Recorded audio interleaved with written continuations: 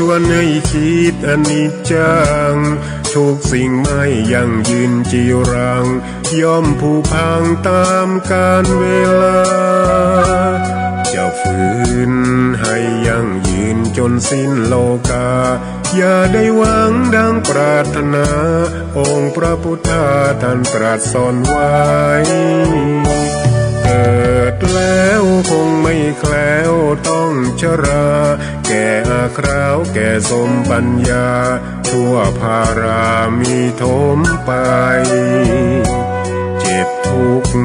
ย่อมเวียนวนมีพ้นใครๆสัตว์โลกล้วนรู้แน่แก่ใจเกิดแก่เจ็บตายหลีกไปไม่พ้นใครหลงคิดหลงติดอัตตาว่าใจแจ้งกมลแม้นใครปลงได้คงสุขล้นชีวิตมีมองมนเกิดมาเป็นคนสมบูรณ์ดับหายเพียงร่างกายไว้ชีวาแต่กุศลผลกรรมทำมาย่อมแปลงค่ากลายเป็นทุนส่งผลให้ทุกคนเวียนวนไม่สูญสุขและทุกข์เป็นไปตามทุนที่พวกคุณได้ก่อทำมา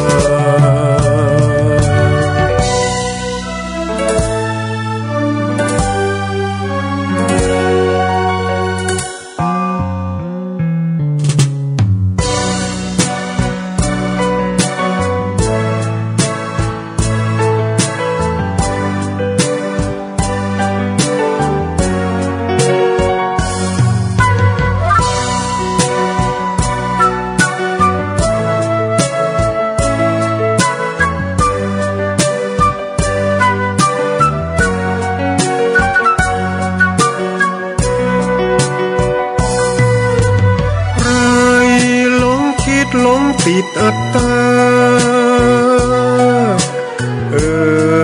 ว่าใจแจ้งกมลแม้นใครปลงได้คงสุขล้นชีวิตมีมองมนเกิดมาเป็นคนสมบูรณ์ดับหา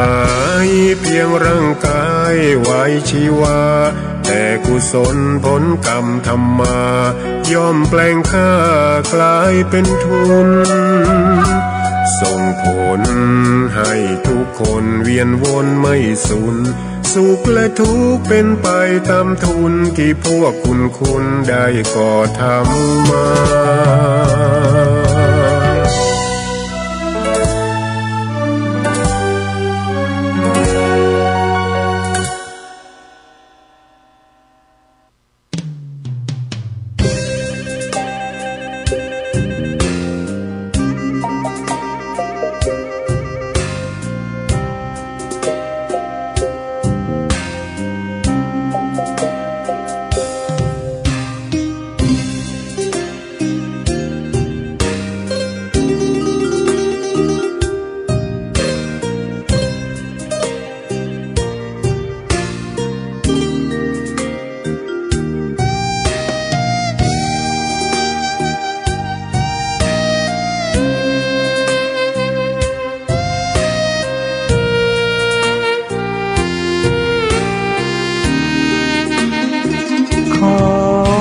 ตำนาน1,300 กว่าปีแม่จามเทวีสร้างพระเจดีย์ที่วัดดอยน้อยพร้อมเจดีย์โค้งอีกองค์เคียงคู่อยู่ดอยสลับก้อนหินใหญ่น้อยร้อยเรียงหน้าอัศจรรย์พระธาตุสีทองแงนมองฝูงพึ่งทำรังช่างมีมนต์ขลังพลังศักดิ์สิทธิ์บนนั้นกล่าวคำไหว้สากราบสักการะคนลุกคนชัน สัมผัสถึงสายสัมพันธ์คงเป็นลูกหลานเคยร่วมสร้างบุญวัดดอยน้อยอยู่กลางยอดดอยโรยต่ออำเภอดอยละออกเขตติดต่อป่าสางลำพูนเดินทางปลอดภัยจากเชียงใหม่หรือสายลำพูนยินดีต้อนรับนักบุญมาร่วมสร้างทานบารมีตีสามตีสี่เปิดสถานีฟังตุลุงยองนักเทศเสียงทองชื่อเสียงดังก้องทั่วฟ้าธานีตัวจริงเสียงจริงวัดดอยน้อยแม่ตามเทวีต้อนรับญาติโยมที่มีจิตศรัทธามาร่วมสร้างบุญ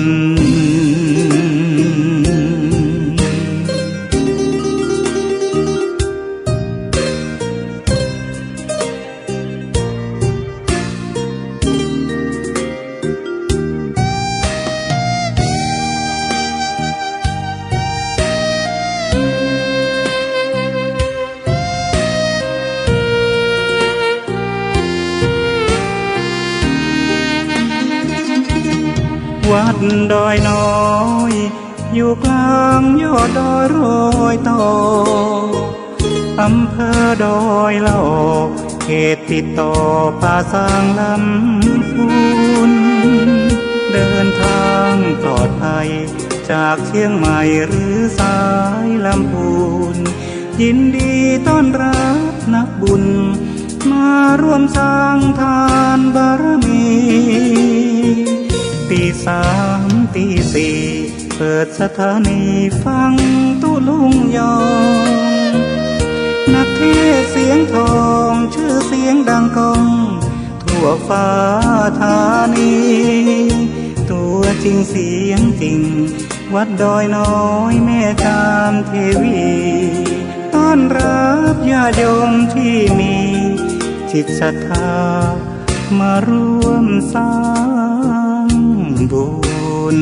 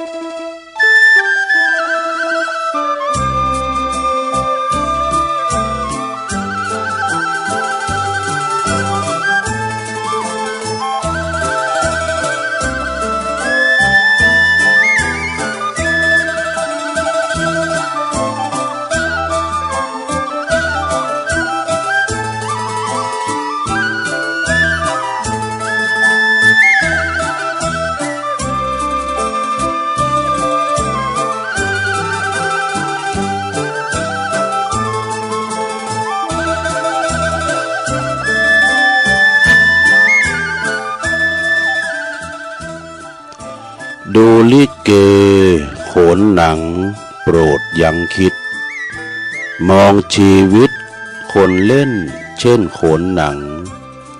บางครั้งสุขทุกรุมสุมประดังไม่กี่ครั้งก็ลาลับกลับเข้าโลง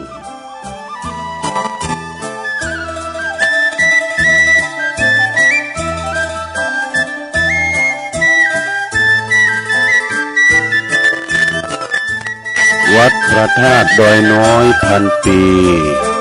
รถดีเข็นตะลุกลำใหญ่กวางชนเรื่องชื่อลือไกลกลองใหญ่สืบสารประเพณีตื่นเจ้าตื่นมาก็ยิ้มแย้มแจ่มใสทุกโศกโลกภัยหายไปหมดสิ้นก็ขอความนอบน้อมแด่พระรัตนตรัยอันมีพระพุทธพระธรรมพระสงฆ์เป็นสรณะที่พึ่งกับ แนบใจไหวสาถวายความเคารพมายังครูบาอาจารย์พระมหาเถรานุเถระตันเจ้าคณะพระสังฆาธิการพระภิกษุสามเณรเจ้าจุโตนจุองค์กุวัดวาอารามพร้อมตึงสำนักติภักสงฆ์โดยก็ขอความเจริญในธรรมเจริญปอนมายังบรรดาปอออกแม่ออกศรัทธาตันสาธุชนนักศีลนักบุญคนดีหมู่เฮาเจ้าขาดทั้งหลายตื่นจื้นขึ้นมาแล้วก็มาหมุนคืนมาฟังรายการเนาะรายการนี้เปิ้นตั้งชื่อให้ว่ารายการสเปเหระปกิณกะขอนลุงไก่แจ้งรายการเสียงธรรมแสงทองรายการเสียงธรรมเสียงทองนี้นะก็หักพิชอบบริหารเวลา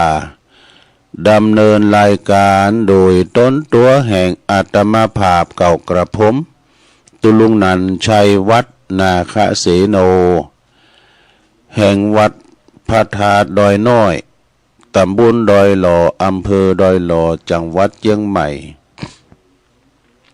ก็มาปบมาปะกันในยามค่ำคืนเป็นการอนุรักษ์วรรณกรรมภาษายองถ้ายองบะอู่แล้วภายจะอู่เอาเป็นเสียงในฟิล์มเนาะภาษายองเป็นอย่างอี้บางคนก็ฟังบ่ฮู้เลิงอีน่ะเสียงมันโหลงตั้มเขอโขมเขอเนาะยำแปบก็พยายามจะอู่จ่าเนาะคือเปิ้นได้เข้าใจมาปบมาปะกันบางตันบางคนก็ลับไหลอยู่ในห่วงแห่งความนิทราเพราะว่าเป็นอาหารตาอยู่ เป็นอาหารตาอาหารใจบ่ได้เกิดเป็นไหนตาก็ลับสนิทอยู่ในห่วงแห่งความนิทรา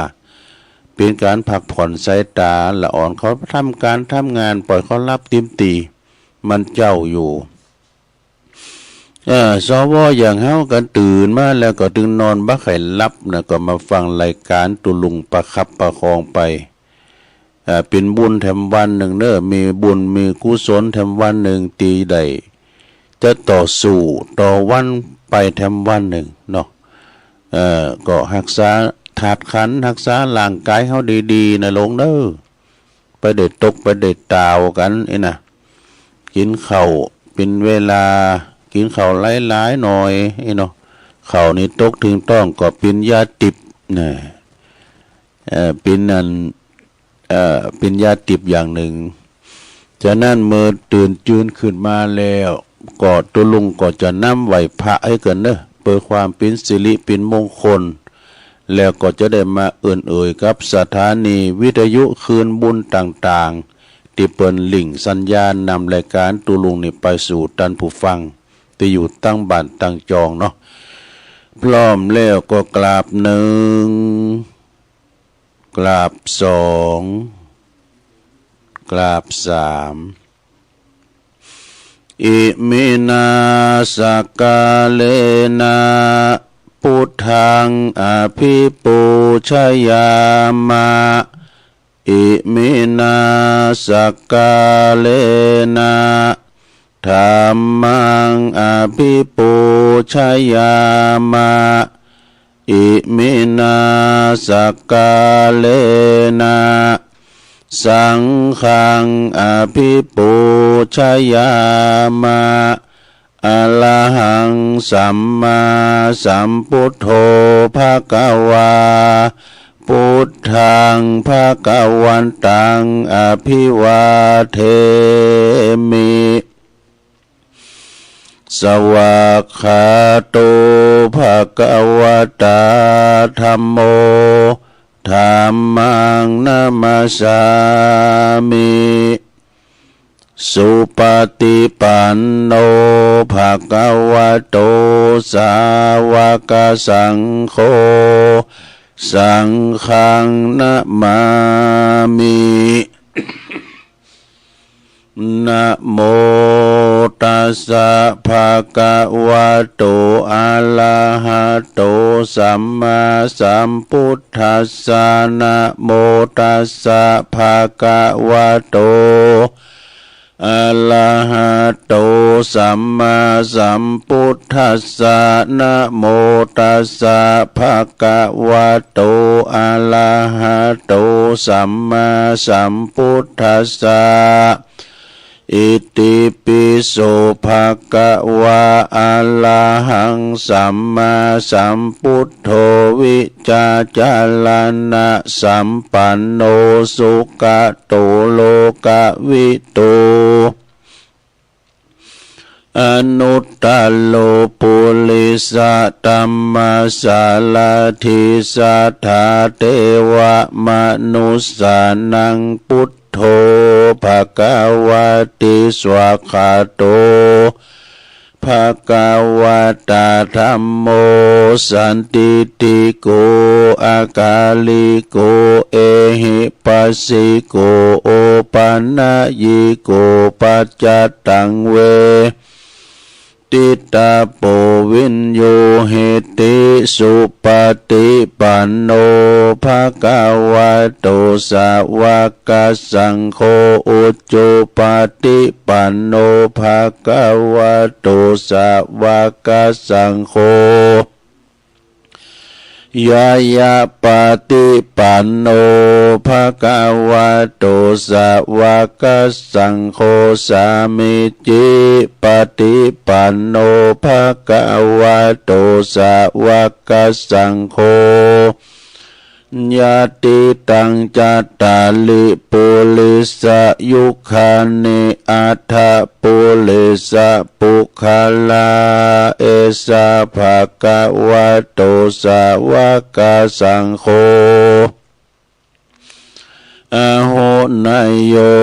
ปะโหนายโยตาคินายโยอัญจลิกาลานิโย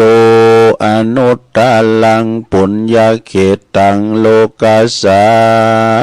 ติจะยันโตโพธิยามุเลสักกายานังนันเดวะตโนเอวังตรังวิจัยโยโหหิจัยยสุจัยยมังคะเลอปัลลาจิตตปัลลังเกสิเสปะตะวิปุคะเลอภิเสเกสะปะพุทธานังอากัปปะโตปะโมทติสุนักกตังสุมังกลังสุปาปาตังสุโหติตังสุขันโนสุโมโหโตจะสุยิทังพระมจาลิสุปาตาคินังกายกัมมังวาจากัมมังปาตาคินังปาตาคินังมโนกัมมังปณิทิเตปาตาคินาปาทากิดาเนกาตวานะละพันตัตเถปาทากิเนสัพพิติโยวิวาจันตุสัพพะโลโกวินาศตุมาเตภวัตวันตะลายโยสุขิติกายุโกภาวะอภิวาตานาสีลิสานิจังวุตตาปัจจายโนจัตตาโลธรรมาวัฏันติอายุวันโนสุขังปะลัง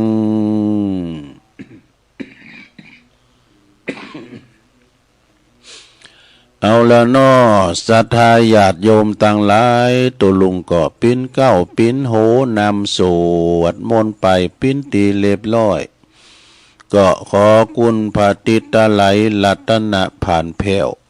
พระเกี่ยวเจ้าตั้งสามประการเนาะแต่โดนบันดาลมาปกป้องคุ้มครองรักษาตั้งวัดวาอารามโคงแก้วตั้งสามปกป้องดูแลรักษาอย่างครูบาอาจารย์พระสงฆ์องค์สามเณรเจ้า อยู่กับวัดกับว่ามาสืบทอดพระศาสนาเนาะมาเป็นหนอเนื้อนาบุญศรัทธาได้มาสักการะปูชากราบไหวนำจิตนำใจนำศีลนำทานนำกึศนำสร้างขุดนำบ่อก่อกำแพงสร้างวิหารศาลาบาทก็นี่อุโบสถนี่ก็เป็นผู้นำในการประธานในการก่อสร้างห่างแปลงกันไปศรัทธาญาติโยมเนาะพอออกไม่ออกพอหลงไม่หลงก็ขอมีสุขภาพพลานามัยสมบูรณ์แข็งแรงเน้ออยู่ปิ้นลมโพลมใสของลูกของหลานกันไปตัวลุงก็ขอปิ้นกำลังอกกำลังใจอีปออีแม่ที่เดินเหินไปไหนมาในบ้านใดก็เอาวิทยุเนี่ยเน้อปิ้นกูปิ้นกีมกันไปเนาะปอบ้านแม่บ้านก็ดีจะขับรถขับลาออกคุ้มออกโหก็ให้มีสติก่อนสตาร์ทในรถมันหนักมันหลายระวังตึงรถเปิ้นรถโตเก่าเฮาก็เดินทางไปดีมาดีเขี้ยวคาดปลอดภัยทุกตารางกิโลเมตรของการเดินทางเอาละเนาะตอนนี้ไปตุลุงก็จะเอ่ยไปทางคืนบุญต่างๆเด้อกันมีเปิ้นเฮาก็ไม่ได้ยินกันในลงเด้อการเปิ้นบะคางบะลิ่งสัญญาณตุลุงจะอุดีปานใดก็ตามเด้อมาถึงตึกห้องสี่เหลี่ยมเนี่ยนี่มาถึงมิติผิวตุลุงเปิดสถานีปุ๊บก็แต่งสัญญาณเนาะตัดสัญญาณปฏิสถานีวิทยุบ้านปากตั้งวัดปากตั้งเจริญนี่เป็นโหดจ่ายดูจ่ายไปตีสถานีในเครือข่ายที่บรรทับสัญญาณรายการธรรมทรงเจ้าตั้งแต่ตี3 ถึง 5 โมงก็มีสถานีขอบคุณสถานีวิทยุคืนเพื่อการศึกษาและวัฒนธรรมเด้อของวัดไฟหินตำบลสุเทพอำเภอเมืองเชียงใหม่เด้อ FM 104.50 เมกะเฮิรตซ์โดยเมตตาบารมีธรรมอาจารย์พระครูสมุวิสุวัตรวรกิจโจองค์ขลุงในเมืองก็ฟังครอบคลุมกันแล้วเด้อขอบคุณสถานีวิทยุคณะสงฆ์อำเภอฝางตั้งอยู่ที่วัดพระพุทธบาทอุดมน้ำบ่อสาวา FM 100.25 เมกะเฮิรตซ์เด้อ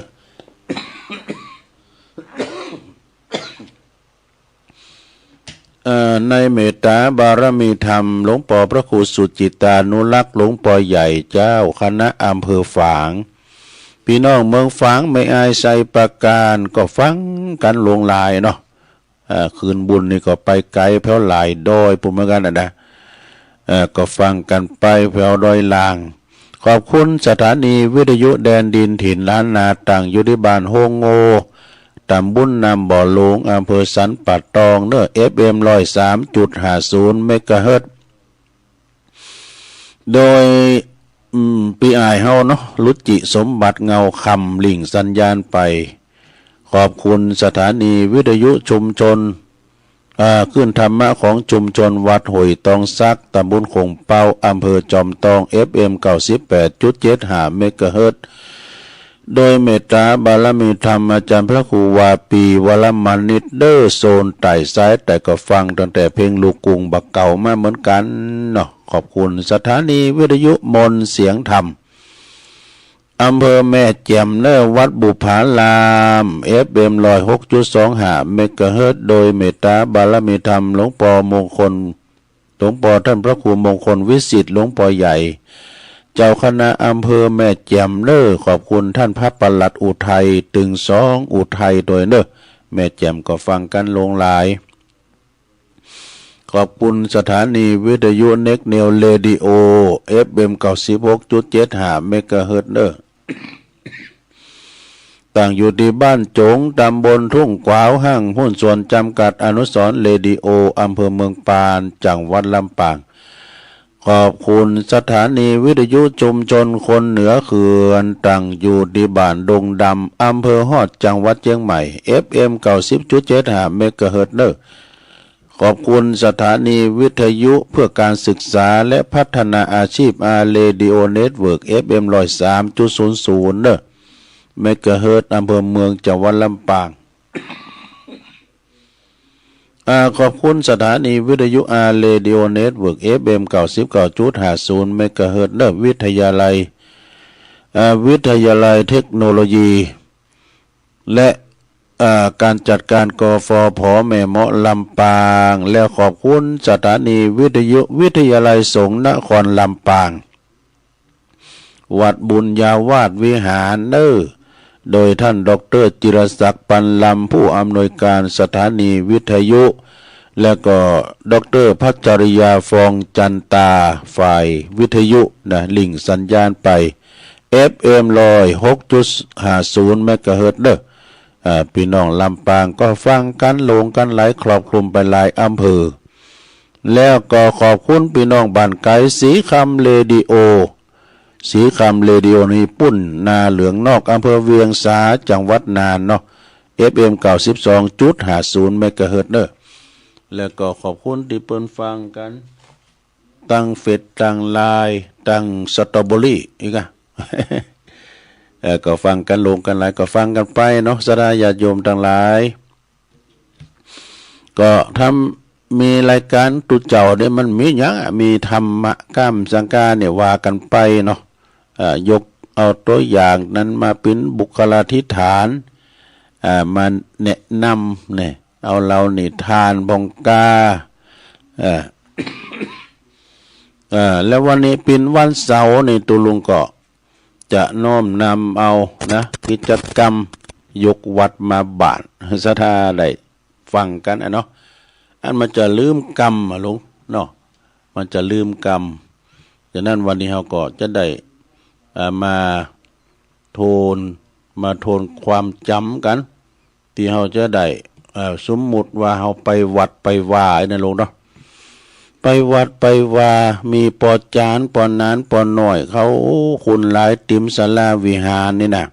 เพิ่นก็จะมีกิจกรรมนี้นะจะโยงเข้าบาตรโยงเข้าพระเจ้าใส่บาตรญาติปุกกันเฮาว่าเฮาก็จะลืมไปก็สมมุติว่าเฮาไปวัดเนาะ เอาอันเนี้ยเป็นกูเป็นกีมไปสดาแล้วก็เฮาก็จะมาเต็ดนำเต็ดทำกันชั่วโมงที่2ก็ก็ว่ากันไปเนาะก็รายการนี่ก็เป็นรายการที่ว่ามาเจ้าโทนความเก่าความหลังตั้งแต่เพลงมาย้อนยุคเดี๋ยวนี้ก็ย้อนยุคเมื่อก่อนเนี่ยโอ้ยปอเขานี่เต้ๆไปจุดว่าเสาวิหารเหลือมาพอไปอิงนะกะดุนะไปอิงฟังธรรมนะก็รับไปเอาละไปอู่กันนะกับปู่จานว่าไปเลยโยงเข่าเนื้อสดาอันนี้โยงขันเกี่ยวทั้ง3กันต่อไปว่าพลอมกันไปเลยเนอะนะมาเมพุทธังคุณาสากัลลันตังนะมาเมธัมมังมุนิลาจเตสิตังนะมาเมสังฆังมุนิลาจาสาวกังอาจายโยโนปันเตอาชากมายาธาปะเลยาธามุลาเหยาธาอากุสเล เยมายังพุทธธรรมสังฆาเตสุลตาเนจติเตวาปัจจุปันเนวาอวิวายาติวาลาโหวากายเยนาวาวาจายาวามนัสสาวาปะมะตังวาอากาลวังวาอากาสิมหาติสวายาธาธรรมังปฏิกัลโลมาเตสังโนพันเตปุตตติลัตตันนัปตยังอนุกัมปังอุปาตยาอาจายังอาจายาโตปฏิกันหาตุคัมมันตุสัพพังโตสังอายาติงสังวัลลิสัมมานะปุณเนวังกัลลิสามาสันจิจาโตสังอาสันจิจาโตสังสัพพังโตสังขมันตุโนเอาแล้ว จบไปอย่างนั้นแล้วลงเอ้ยเอาต่อไปเราก็จะได้สู่มาเข้าพิกขาหารว่าพร้อมกันไปเลย นะมาเมตุปะบุภาลาจาตาเนโอตานาปิกาหาลาตาเนสหปาลิวาลาตาเนวัลลาตาคินาเยกายะตัวเลวาจิตัวเลมโนตัวเลสันจิจัปปมาเตนาวาอาสันจิจัปปมาเตนาวากายะกัมเมนาวาวาจิกัมเมนาวามโนกัมเมนาวาอติตาโตสังปัจจุปันนโตสังสัพพังโตสังขมันตุโนตุติยัมปิตติยัมปินะมาเมตุปะบุภาลาจาตาเนโอตันนาปิกาหาลาตาเนสหปาลิวาลาตาเนวัลลาตาคินาเยกายะตัวเลวาจิตัวเลมโนตัวเลสันจิจาปัมมาเตนาวาอะสันจิจาปัมมาเตนาวากายะกัมเมนาวาวาจิกัมเมนาวามโนกัมเมนาวาอาติตาโตสังปัจจุปันนโตสังสัพพังโตสังขมันตุโน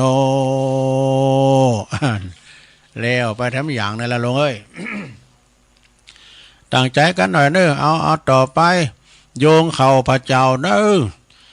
อิมังโอตันนาปินดาตานังติลตานานังสากาจังเตมาปูเจมา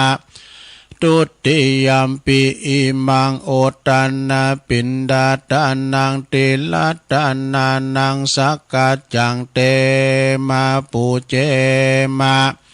ตติยัมปิอิมังโอตันนาปินดาตานังติลตานานังสากาจังเตมาปูเจมาติกาลตังหิตายาสุขายายาวันนิปานายาสังวตันตุโนเอาแล้ว จบไปแถมอย่างหนึ่งแล้วลงเอ้ยปูลามนะครับเราตังลุมขมได้ยินไหนล่ะสาเฮาตังหลายต่อไปก็โยงเข้าบาทแล้วปลามอื่นไปแล้วเนาะสาธุโอกาสะโอตันนาปินดิปาตังตานังนิปานาปัจจโยโหนตุโนนิจังโอตันนาปินดิปาตังตานังนิปานาปัจจโยโหนตุโนนิจังโอตันนาปินดิปาตังตานังนิปานาปัจจโยโหนตุโนนิจังเอาแล้วสัทธาญาติโยมทั้งหลายกรรมต่างๆก็มีเปลงเต้าอี้ต่อนนี้ไปเฮาลุกไปไหนปู่จานก็ลุกไปต่างแถวเนอะจะใส่บาตรกันแล้ว ไปต่างแถวปุ่นน่ะโฮงหลงคูบาปุ่นนึนะพอใจเตวบุตรอยู่แถวหน้าแม่ยิงเตวดาอยู่แถวหลังแน่แล้วก็ปากันถอดแคบถอดเกือไปนึไปมีหมูก็ถอดกุ๊บไปชุบแคบก็ถอดรองเท้า เอาภาชนะข่าวรุ่นบาทขายโยมไม่แน่มดเกี่ยวค้ำม้ามจูข้าแล้วอ่อนหมูในสูไปไหนหูยเป็นนางกลุ่มงุ่มก็ยังหันหรอเป็นมากดไล่กดล้าวกดไล่กันเนาะปากันโซหักกะละมังทางเปี้ยช่วยกันอ้าวแล้วปู่ล้ำเอาสวยไปหนิมนตุลุงทาเขาลุงมา ตุลุงทาเอาละเนอตอนนี้ต่างอกต่างใจเนอลงเนอหูยวันนี้คุณมาหนักมาหลาย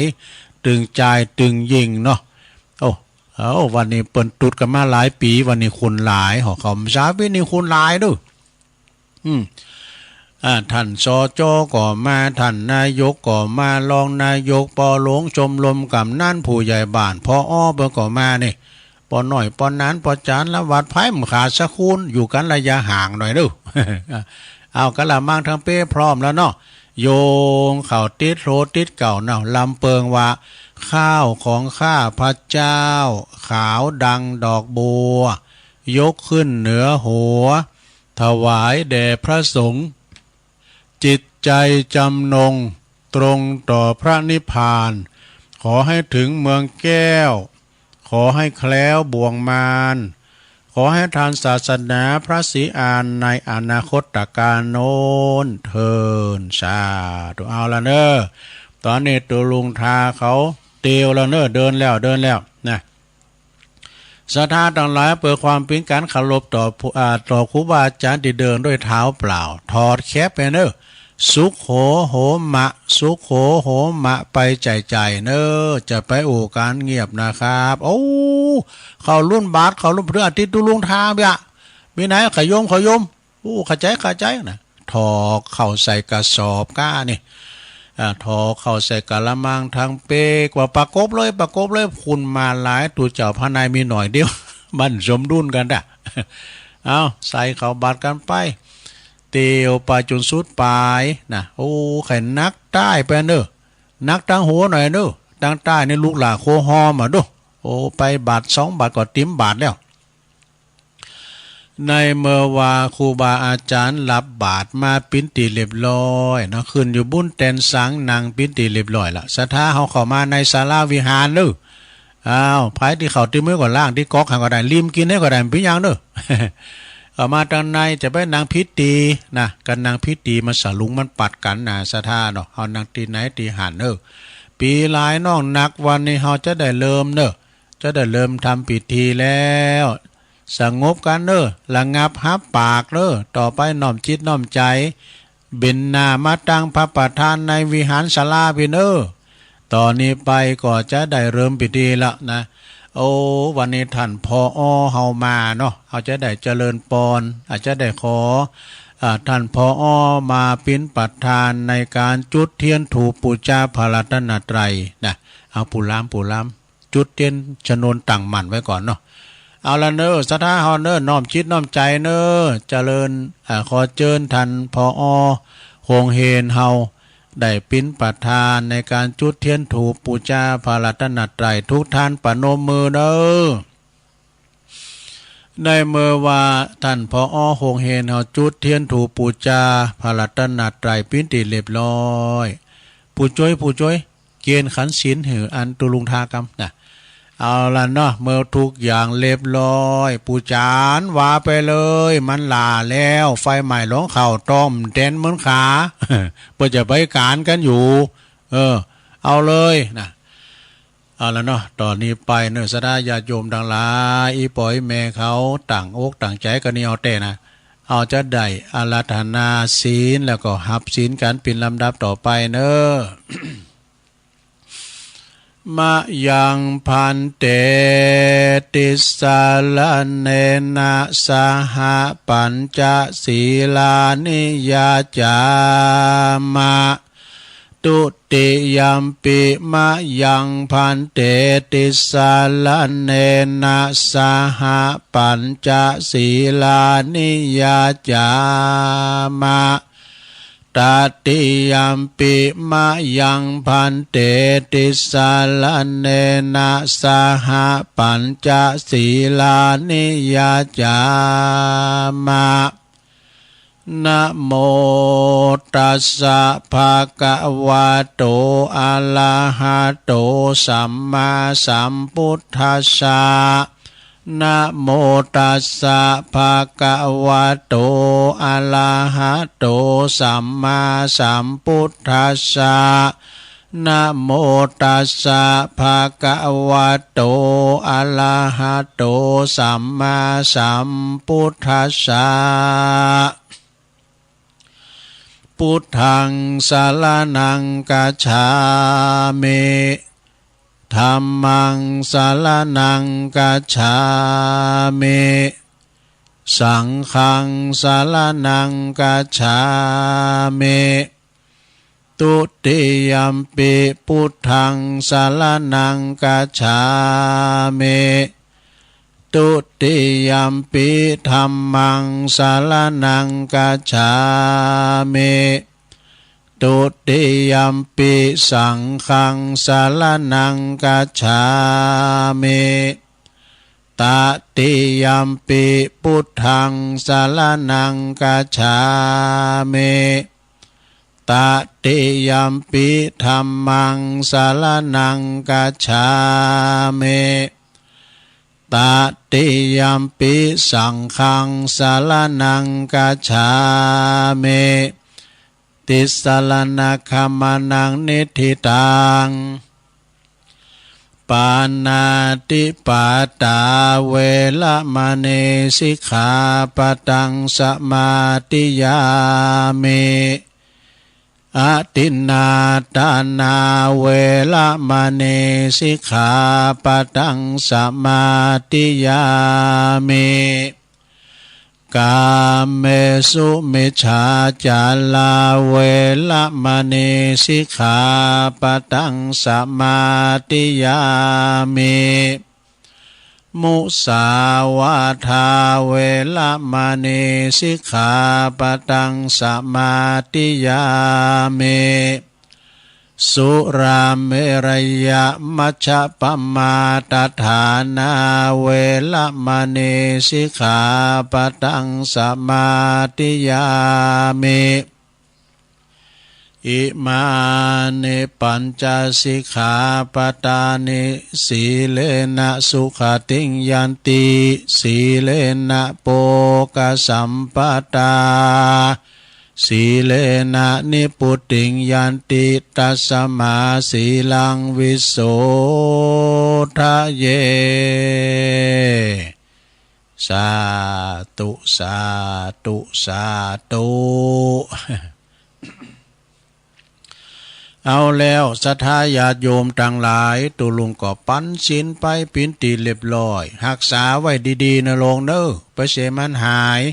ถ้ามันหายก่อมปิ้นยังเสาหน้าตุลุงก็มาปั้นแถมอันนั้นเนาะปิ้นธรรมดารักษาไว้ศีลเป็นอภรณ์ที่งดงามเด้อศรัทธาถ้าไผมีศีลนี่นะ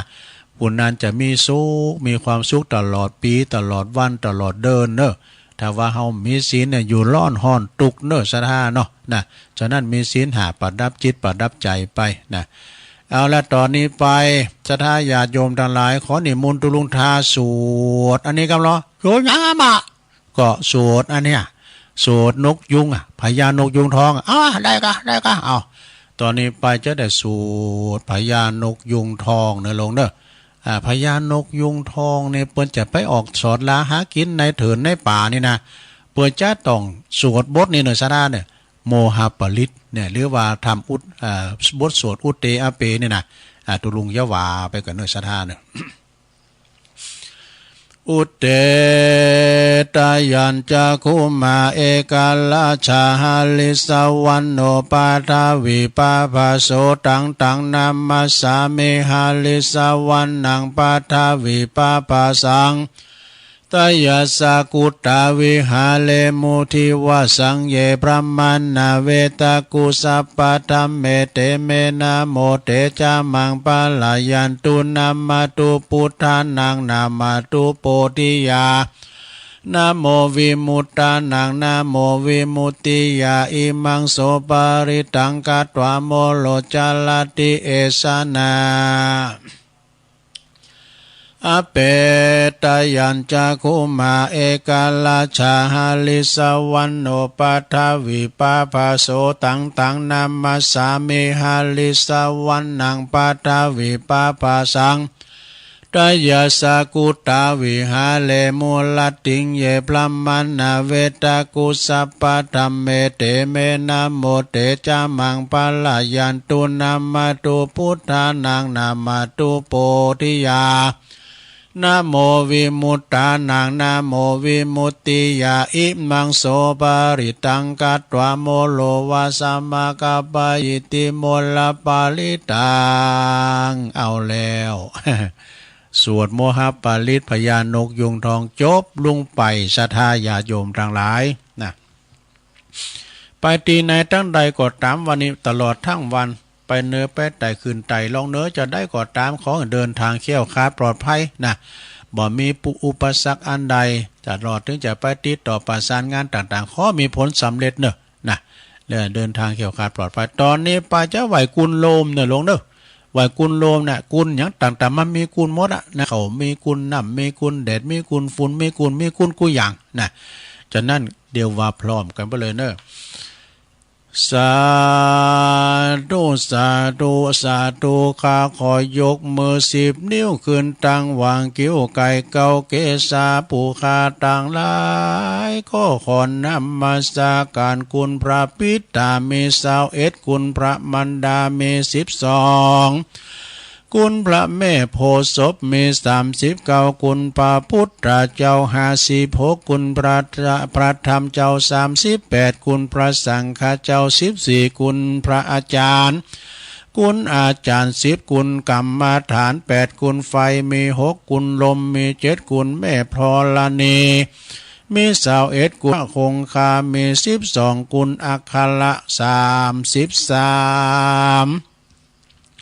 กุลศีล5มี11กุลศีล8มี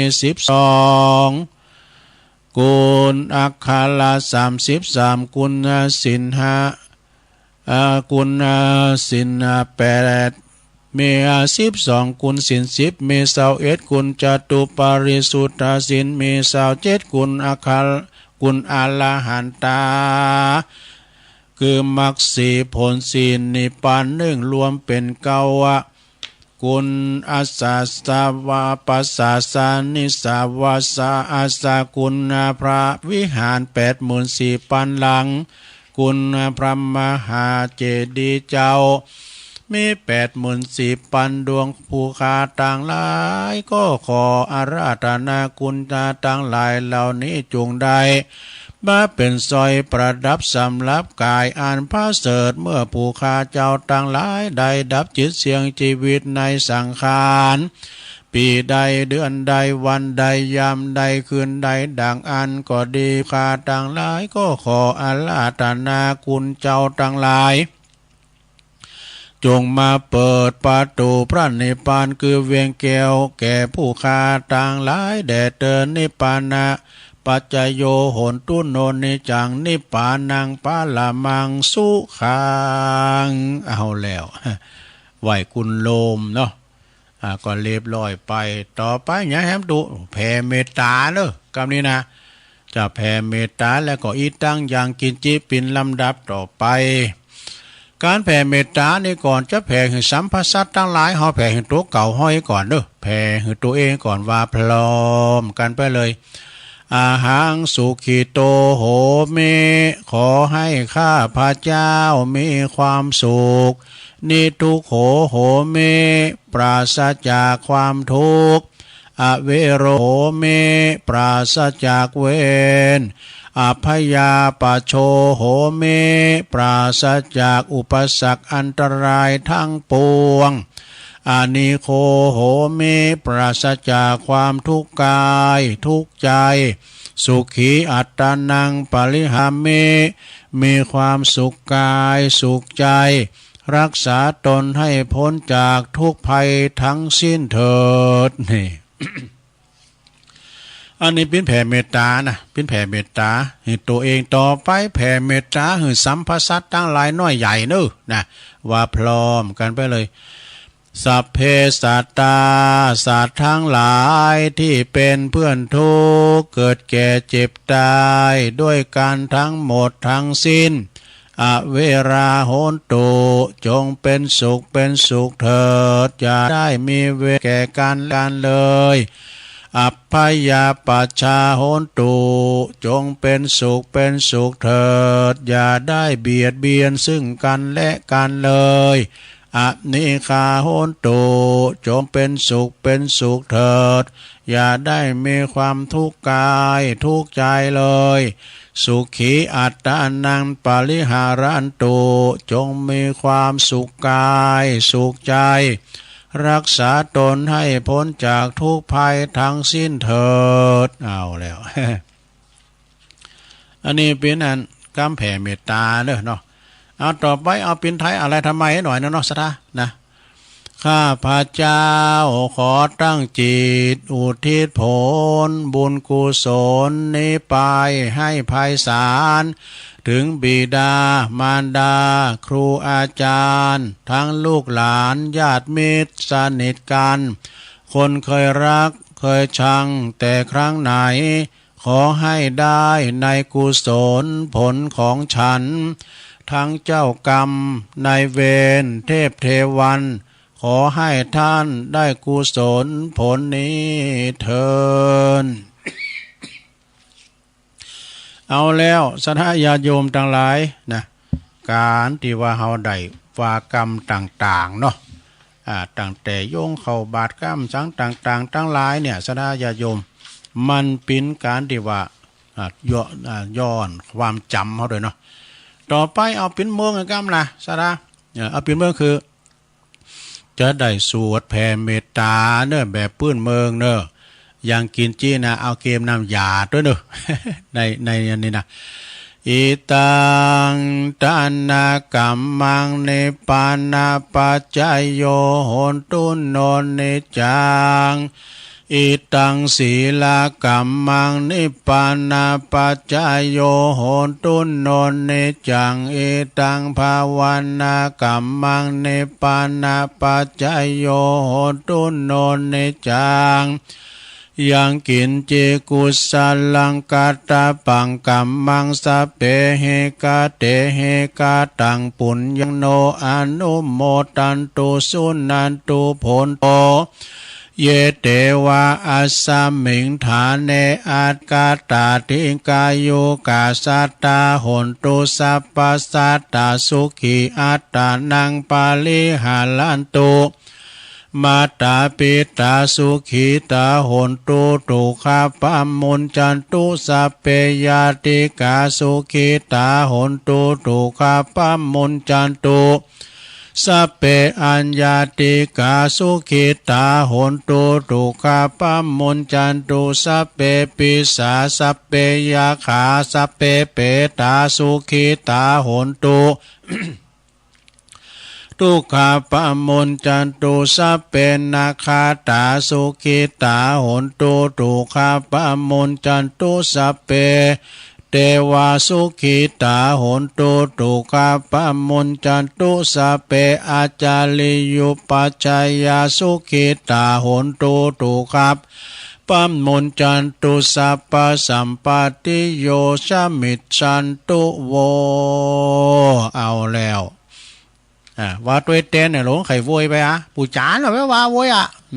ต่อไปเราจะได้วันตาพระเจ้าหลวงขวงแก้วอารามถึงไม่สาลีมหาโพธิงมละนุ วันตาเมพุทธังสัพพเมโตสังฆัมมาธัมเมปันเตวันตาเมธัมมังสัพพเมโตสังฆัมมาธัมเมปันเตวันตาเมสังฆังสัพพังเมโตสังฆัมมาธัมเมปันเตวันตาเมกาลูอุปจาจาริเยสัพพังเมโตสังฆัมมาธัมเมปันเตวันตามิกัมมัฏฐานังสัพพังเมโตสังฆัมมาธัมเมปันเตวันตามิอารัมเมปัตตสิมายังสัพพังเมโตสังฆัมมาธัมเมปันเตวันตามิเจติยังสัพพังสัมปัฏฐานเนสุมปะละเดนติตาสาลีลาธาตุมหาโพธิงพุทธรูปังสักกะลังสัตตนาคโลเกเทวโลเกปรัมมาโตเกจมปูติเปลังกาติเปสาลีลาธาตุโยเกสาธาตุโยอัลลาหันตาธาตุโยเจติยังกันตะกุติงจตุรสีติสาหาเสตัมมะกันเตสัพเพตังปาตาเจติยังอาหังวันทาเมสัพพโสวันตาหลงจบไปแล้วต่อไปบินหน้ามาดังครูบาอาจารย์เมตุลุงทาปินเก้า เอาจะได้สูมากาละวะครูบาอาจารย์เนอหมอพลุงเนอว่าวันตาหน่อยพร้อมกันไปเลยวันตาเมพันเตสาปังอัมปัลลาตังกัมมาธัมเมพันเตมายากาตังปุญญังสามินาอนุโมดิตาปังสามินากาตังปุญญังไมหังตาตาปัง สาธุสาธุอนุโมทาเมจัตตาโลธรรมาวัฏันติอายุวันโนสุขังปลังสาธุสาธุสาธุ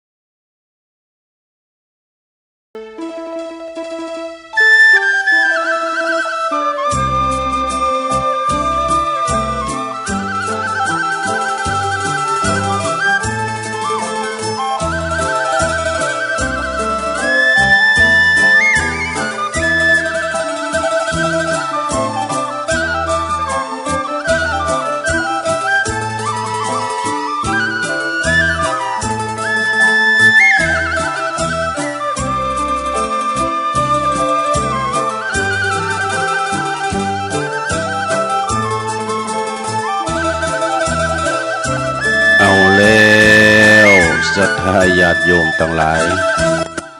ตุลุงก็พักเบรกเนาะยกย้ายค่ายตีเตียวไปเตียวมายืดสินยืดสายเข้าห้องน้ำเรียบร้อยก็มานั่งอู่กันต่อในชั่วโมงที่สองเนาะขณะนี้ท่านทั้งหลายก็กำลังฟังรายการสัพเพเหระ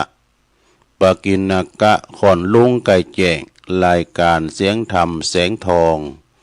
ดำเนินรายการโดยตุลุงยองมานั่งอู่นั่งจ้าตั้งแต่ตีสามมาเนาะเอาหันน้อยนี่น้อยวันนี้เป็นกิจกรรมวันเสาร์ก็ยกวัดมาบาทเป็นวันเสาร์ศรัทธาญาติโยมทั้งหลายก็วันนี้ซึ่งก็เป็นวันที่หนึ่งแล้วเนอะศรัทธา1 มีนาแล้วว่าก็กุมภาก็ผ่านไปเป็นอดีตไปแล้วนะสีกหนังสือสีกปฏิทินนั่นนะลงเนอะเป็นวันที่หนึ่งนะแล้วก็เป็นวันเสาร์เลยนะวันเสาร์ศุกร์เอาเหล่าเสาร์เอาหน่วยก็จะมีงานบุญแถมหลายงานอยู่ก็ตอนนี้ไปก็มีงานหลายงานศรัทธางานปล่อยหลงปล่อยลามปล่อยหลอกก็ยังมีอยู่นะแล้วก็งานประเพณีประจำปีตัวอีกนะแต่ว่านี่ก็ไปงานปล่อยหลงที่วัดศรีชุมโพธารามเปิดก็ตั้งอยู่ในเขตตำบลบ้านเรือนอำเภอป่าสร้างเนาะในเขตปกครองของท่านพระครูรัตนศิริวัฒน์เจ้าคณะตำบลแล้วก็พระอธิการทิติวัฒน์ทิตเมธีตุปีโป้นะแล้วก็ตั้งคณะพระสงฆ์ในตำบลบ้านเลินเป็นก็ช่วยกันดีเนาะมีครูบาอาจารย์พระครูบุญธรรมสิริมังคโลวัดบ้านเลินไซทองก็มาปิ้นเก้าปิ้นกันตอนรับปันป้อนโหวัดโหวายนะศรัทธาก็มีเมื่อแรงก็จ้างฟ้อนก็มีลายเฮ้ยจ้างฟ้อนแต่ละวัดมองเซิงก้านะก็โมนดีอยู่ขอขอบคุณตั้งคณะกรรมการที่เปิ่นมาช่วยกันช่วยงานกันก็เปิ่นก็ไปขอพี่น้องต่างบ้านกรรมการต่างบ้านที่ตอนรับโหวัดเอาทรัพย์ประทุนก้านะเอา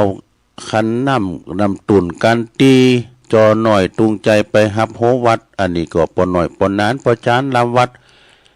จากบ้านพี่เนอสีบ้านเจดีย์สามยอดปอนนี่เขานะกะปอบุญตันป่าไล่เขานี่หลายอยู่โทษแพ้วคำแพ้วมืดปุ่นเนี่ยแม่บ้านก็แม่บ้านสามยอดมาทำหุงหาอาหารถวายพระเนนเขาอีกตั้งคณะการเงินกรรมการก็มีปอปาเขาของงานบ้านเรือนไซทองโอ้ปนจุยกันเนี่ยแต่ว่าจูบ้านเฮาฮันนี่เปิ้นก็ต้อนรับแขกเนาะก็เลยขอพี่น้องต่างบ้านโอ้พี่น้องตุนพึ่งน้องลองก็มากันหลายเด้อรถตู่นั่นก็นะอยู่กันนี่ปุโตปป่ายกันเนาะปอหน่อยปอนานปอจานลามวัดมาหมดว่านี่มีอย่างเนอะมีกะคณะแห่เพชรลุ่งนาตลาดเนาะมาจากแจ้จ้างพุ่นนะเนี่ยสันกำแพงเนี่ยบันดุงขีเล็กเปิดมาแห่วันนั้นก็ไปแห่วัดโบสถ์น้ำดิบเนาะว่านี่ก็มาแห่ต้องไปถึง9 โมงหมดกันเนอะก็โชเฟอร์คณะแห่เนี่ยก็มาส่งตุลุงขึ้นมาวัดน้อยเปิดเกยกันตึงท่านอาจารย์ทิติวัฒน์ไปส่งตุลุงคำร้อยเปิดก็มาส่งตุลุงก็ต้องขอบคุณเนอะวันนี้ก็มาปบมาปากกันก็แจ้งศรัทธาญาติโยมมะแรงบุญนี่ก็จะคืนเวลาให้กันเนอะวันนี้วันเสาร์ตามปกติก็รายการตุลุงทำรายการ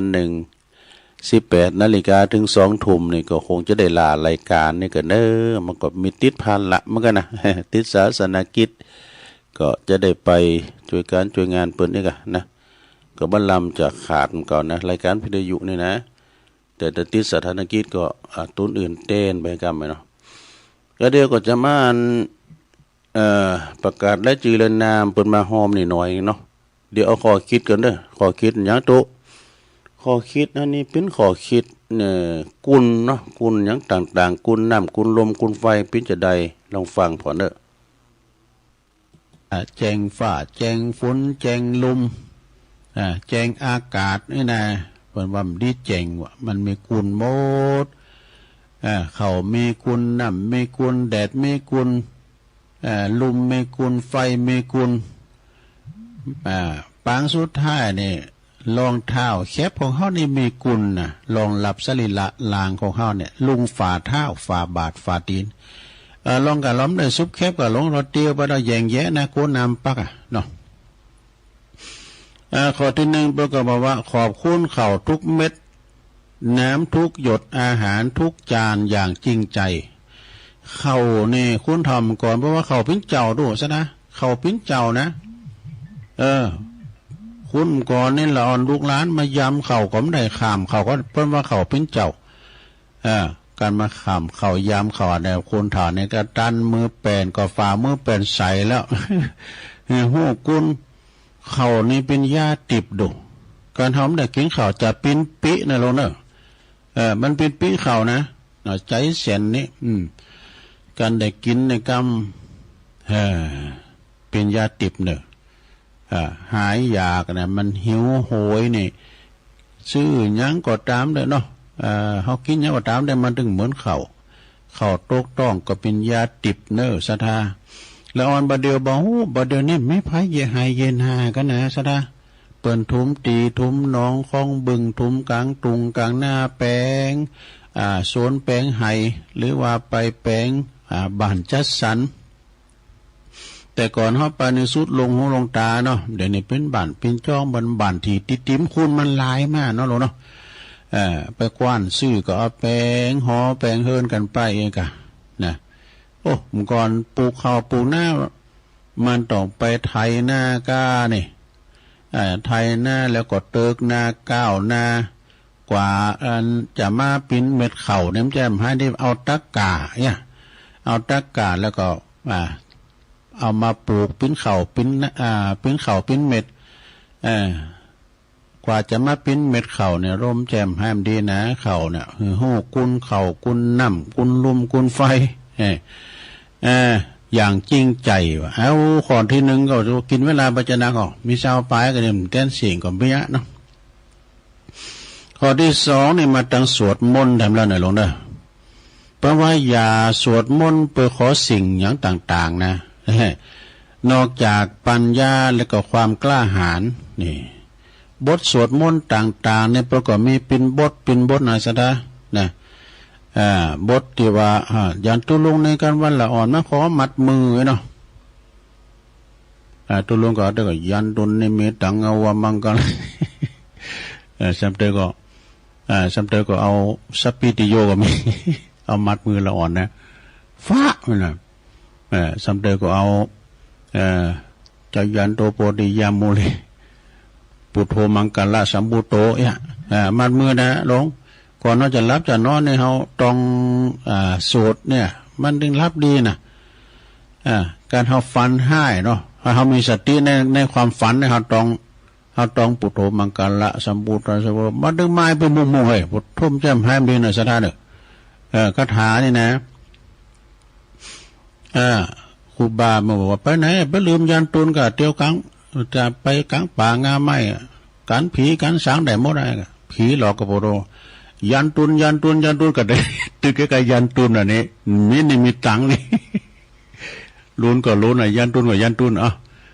ยันตุนตัวไผ่ตัวมันนะบ่อย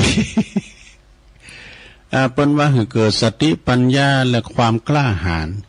การสวดมนต์เนี่ยทุสดาเป็นการที่ว่าทบทวนบทสวดต่างๆของบากินหูเนาของบ้านเราหูลืมนะลงเนอะนะแล้วหลวงพ่อท่านพระครูสาธุกิจจันนันท์นี่เป็นบอกว่าเขามาสวดมนต์ถึงวันเนี่ยเป็นการปลุกเสกตัวเองเนี่ยปลุกเสกตัวเก่าเขาได้ต้องสวดถึงวันโดสวดโยโกห้องถึงวันนี่นะเข้าเฝ้าพระพุทธเจ้าบ บทสวดต่างๆนี่เปิ้นก็มีดอกบทสวดต่างๆเปิ้นก็มีบทสวดสืบชะตาคืนเฮินใหม่ก้ากินแขกแต่งงานก็ไปอย่างหนึ่งงานอาวะมงคลก็ไปอย่างหนึ่งกะงานศพพิตายกรรมสังก็ไปอย่างหนึ่งนะสถามันจะเหมือนกันเนาะนะอันนี้บทสวดต่างๆจะไม่ลืมเนาะก่อนรับก่อนนอนสวดมอกอันนี้กะอย่างที่ตุลุงสวดทั้งวันนั่นนะอันอิติปิโส สวากาโตสุปฏิปันโนได้แต่อ่านก่อนเน็ตเราลงเนอะเดินรับดีฟันดีเนอะฟันให้ข้อที่สี่ข้อที่สามแล้วนะเปิ้นใหม่นี่มีเปิ้นเก่าเปิ้นใหม่บุญเก่าบุญใหม่อีกอะเปิ้นใหม่คือของขวัญที่ให้กับตัวเองนี่แล้วก็ส่วนเปิ้นเก่านั่นก็คือหรือว่ามิตรก็คืออัญมณีที่นับวันจะเพิ่มคุณค่าขึ้นมานี่นะจะได้แล้วก็ข้อที่สี่อ่านหนังสือธรรมะปีละลิมเนี่ย ตุลุงก็คุ้นคว้าซะนะเอาพอหาหนังสือนางหาครูบาอาจารย์เป็นหนังสืออนุสรณ์ของก้าอย่างว่างานศพครูบานั้นก็ครูบาตุนนั้นก็ไอ้นะเข้ามาพอด้วยคติธรรมเปิ้นมีหรอนะคติธรรมเปิ้นมีเป็นหนังสืออนุสรณ์เรื่องการเกิดแก่เจ็บตายก้าเรื่องความประมาทก้าเรื่องความกตัญญูก้ามันมีหันหมดวัตถุดิบนะมีในวัตถุดิบหันหมดเนี่ยเป็นหนังสือบางทีก็เป็นหนังสือข่าวห้ำกำเคอพองไงหลงนะข่าวห้ำกำเคอนี่ก็โมนนะบัณฑิตนักปราชญ์ทั้งนั้นที่เป็นจดลงไปนะหนังสือธรรมะนี่ก็ปีละลิมนี่ก็อ่านไปซะดาบางทีตุลุงก็เอามาอ่านเผยแผ่ซะดาได้ฟังพองไอ้เนาะอันนี้ก็คืออ่านหนังสือธรรมะปีละเล่มเห็นดูต่อไปข้อที่ห้าแล้วนะ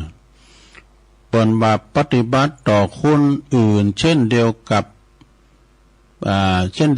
ที่ต้องการให้ผู้อื่นปฏิบัติตัวเฮาเนี่ยอย่างเฮาง่ายๆซะนะเฮายกมือไหวเปิ้นนึงยกมือไหวตอบดูนะการเฮายกมือไหวเปิ้นนึงไหวตอบนี่เฮาทำก่อนหมายความว่าเฮายกมือไหวแม้แต่ครูบาอาจารย์เนี่ยการเฮายกมือไหวเปิ้นก็ไหวตอบเนี่ยศรัทธาอย่างเฮาปฏิบัติตัวเฮาอย่างใดตัวเปิ้นอย่างใดเปิ้นก็ปฏิบัติตัวเฮาอย่างนั้นถ้าเฮาไปเล้าขวัญเปิ้นก็จะมาเล้าขวัญเฮาเนาะเนาะตุลุงจังว่าลิ้นนะศรัทธาไปถือสาเนาะอย่างศรัทธามันเล้าขวัญตุลุงเนี่ยเป็นบาปนะการตุลุงเล้าขวัญศรัทธานี่เป็นหยัง เอาดีเสียตัวละชัวร์เนี่ยว่าลิ้นไว้แล้วนะมันก็เป็นบาปเหมือนกันนะเนาะตู้ซ้ำจะเป็นบาปเลยก็ข้อที่6พูดคำว่าขอบคุณให้หนักๆเด้อนี่นะคำว่าขอบคุณเนี่ยสุมาเด้อไอ้อันขอไปสักโคกันอันกาตาตายกับสุมาเนี่ยไง ลุงใจว่านี่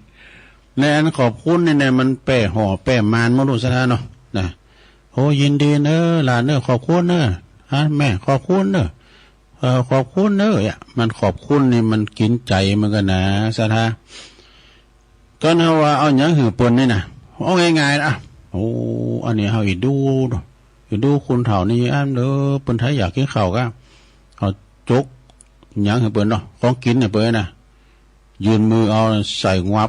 ขอบคุณก่อนขอบคุณโอ้ยินดีเนี่ยลูกหลานเนี่ยก่อนวายเนาะ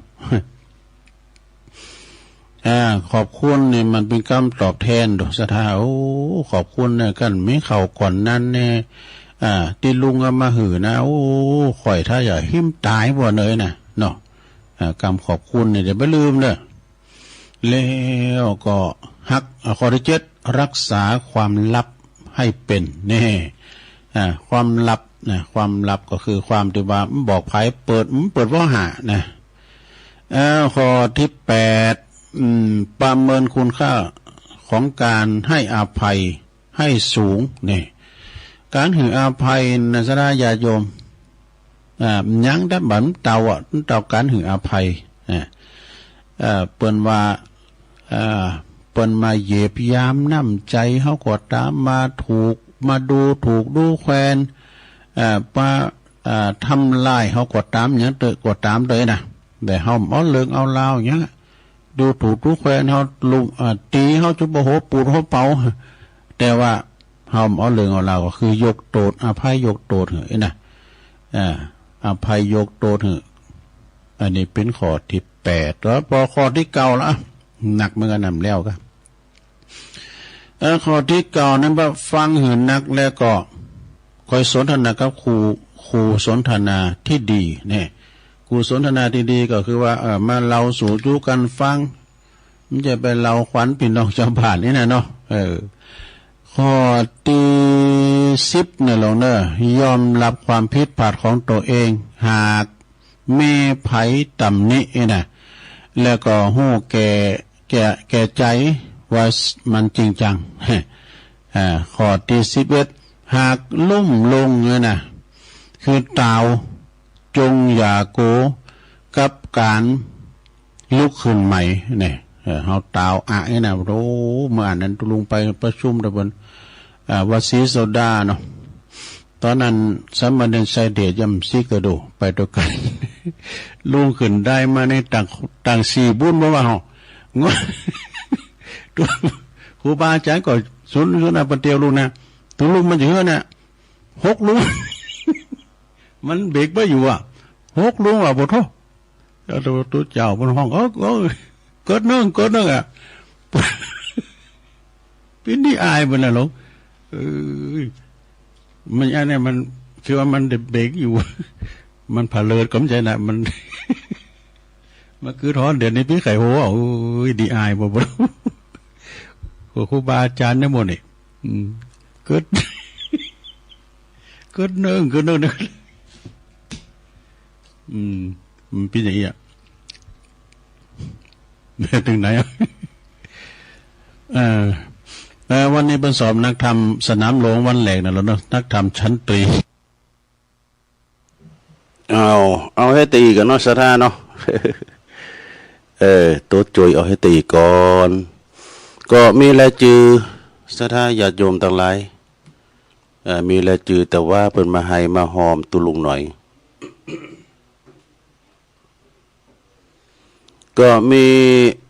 แลจือก็มีป้อบุญตันนี่กะนะป้อบุญตันแม่แสงหลาป่าไล่บ้านเจดีย์3หยอดก็ขอหยอดกันติดนี่หอมกันติดตุลุงมา200ยินดีเนอะป้อบุญตันก็อยู่แห่นคำแห่นมือด้วยกันน่ะเป็นกรรมการโนหั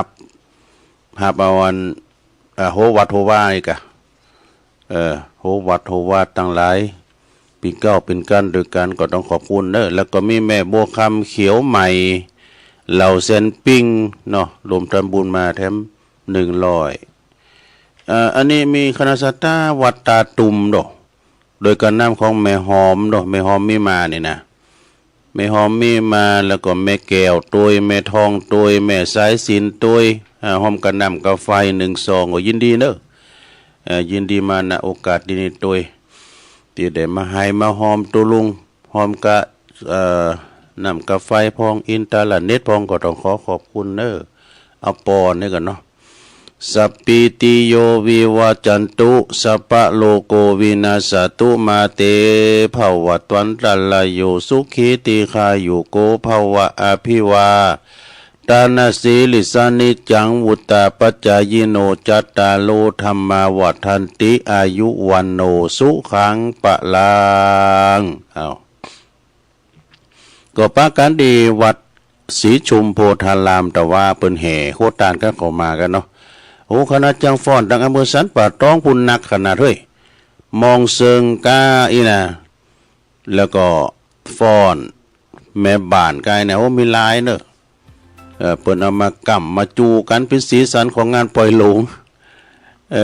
เป็นสีสันเด็ดๆก็ต้องขอบคุณเนอะสายบุญ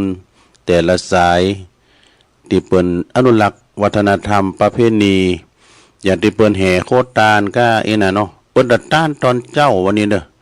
เปิ้นจะต้านวันเนี้ยที่วัดศรีชุมโพธารามเปิ้นต้านวิหารครอบหลวงพ่อทันใจแล้วก็ เมื่อคำบึดก็มีงานอยู่อะนะมีย่อนยุกชูเมเกอร์อยู่นี่นะเอาละตอนนี้ไปก็ตุลุงก็จะได้ประกาศข่าวสารงานบุญให้ครูบาอาจารย์เกินเน้อว่าไม่ได้ประกาศถึงเปิ้นสักกำเวลามีหน่อยวันนี้ก็เลยแตดสัญญาณมาเอาเจ้าให้หน่อยเนาะ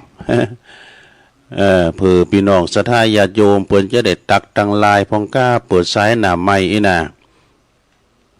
ก็วันนี้วันหนึ่งเนอะที่วัดดงหาดนาคตำบลศพเตี้ยอำเภอจอมทองเปิ้นมีงานปล่อยโลงจะร้องวิหารแล้วก็เสนาสนะในวัดต่างๆโดยหลายอย่างเนอะก็วันนี้เปิ้นโคตานเข่าแล้วก็โหวัดโหว่าโดยก็วัดเฮาก็จะได้ไปอยู่โหวัดนะวันนี้เนอะไปพบไปปะกันที่วัดหาดนาคตำบลศพเตี้ยวัดของแม่หลงหล่าเขานะกะแม่หลงหล่าวงสายยะเขานะในเมตตาธรรมอาจารย์ท่านพระครูนากิติคุณเจ้าคณะตำบลศพเตี้ยเขต2เนื้อเจ้าวัดหาดนาคเน้ออันนี้ก็ผ่านไป1งานเนาะ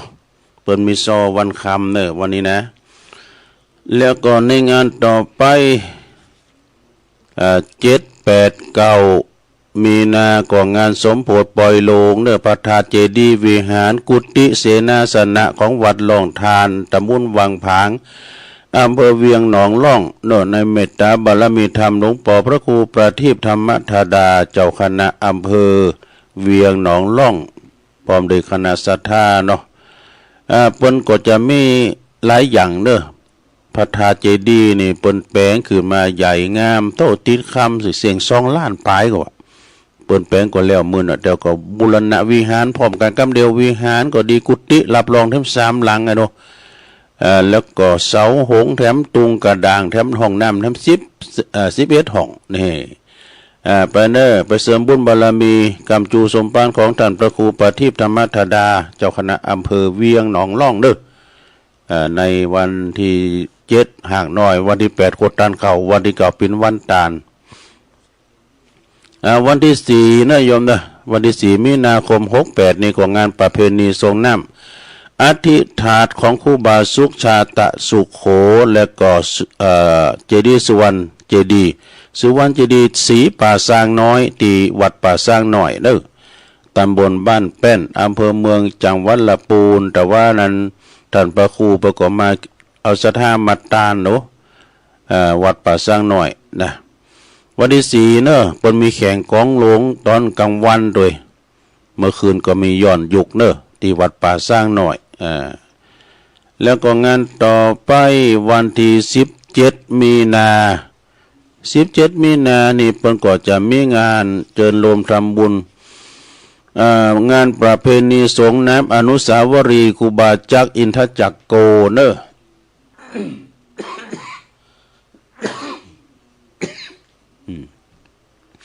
ครูบาจักนี่อินทจักโกนี่เปิ้นเป็นอดีตเจ้าอาวาสวัดทุ่งโป่งตำบลเหล่ายาวอำเภอบ้านโฮ่งเนอะณที่วัดทุ่งโป่งเปิ้นก็จะมีซอให้ฟังตลอดวันเนอะพระครูพระสมุสุเมธีทิติโกตุปิโอมเขานะปลงค่ำเขาเนาะปนั้นสิงค่ำเขานะเปิ้นก็มีเอา17ปิดหมอกเลยนี่นะวันที่17ปิดหมอกโตวัดทุ่งโป่งก็ศรัทธาหลายกะ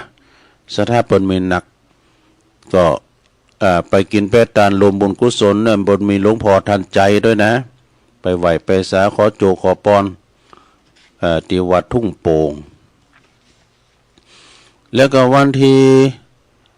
13นี่อันนี้ปุ่น13นี่6 ปีก็ที่วัดพระธาตุม่อนจอมพอด้วยเนอะที่หลวงปู่ครู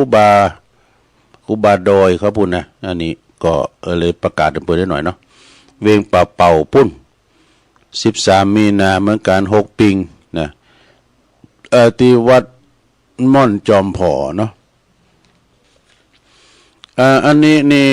วันที่1 2 3มีนานี่อย่าไปลืมเรื่องงานบุญใหญ่กำแล้วเด้อนี่นะที่วัดพระพุทธบาทผานน้ำอำเภอลีก็จะเปลี่ยนผ่าครูบาเขาปีเนอะครูบาอภิชัยเขาปีโอ้ยคุณหนักคุณหลายเพราะว่าเพิ่นจะมีกูปีคุณนี่พี่น้องปากกยอเพิ่นมาหมดโล แถวลำปางแถวสุโขทัยบ่น่ะครูบาเพิ่นไปสร้างโรงเรียนเนาะครูบาศรีวิจัยนี่เพิ่นสร้างวัดสร้างวาแถวตะโกงหงสาไปหมดเจียงแสนเจียงไฮ้เมืองเป้าเมืองฝางแล้วก็ครูบาเขาปีนี่เพิ่นเป็นลูกศิษย์ของครูบาเจ้าศรีวิจัยเพิ่นก็แปลงโฮงหำโฮงเฮนเพิ่นเป็นนางนักคำว่านางนักเนี่ยเพิ่นเป็นนางนอนแฮมแก้มือหั่นจะถ้าก็มาตานถึงวันเนี่ยกะมาตานน่ะเปิ้นว่าปานไหนแหละเปิ้นก็บ่โตเปิ้นตานเปิ้นว่าเป็นกองขี้เหยื่อว่าจะตั้งน่ะเป็นกองขี้เหยื่อครูบาเปิ้นจะมีตังน่ะเปิ้นมาหอมตานเปิ้นมีบารมีเปิ้นมีบุญหนักไผก็ใครทำบุญกับครูบาอีกอะเปิ้นก็เลยเอาสตังค์จำนวนน่ะเป็นกองขี้เหยื่อมันจะเอาเข้าโต๊ะเก่านะเปิ้นก็เอาหมอเพิ่นกรรมการที่หันเอาไปสร้างไปซื้อเหล็กปูนหินทรายอีกอะมันยำมันอร่อยเปิดสร้างบารมีเนาะศรัทธาญาติโยมอันนี้ก็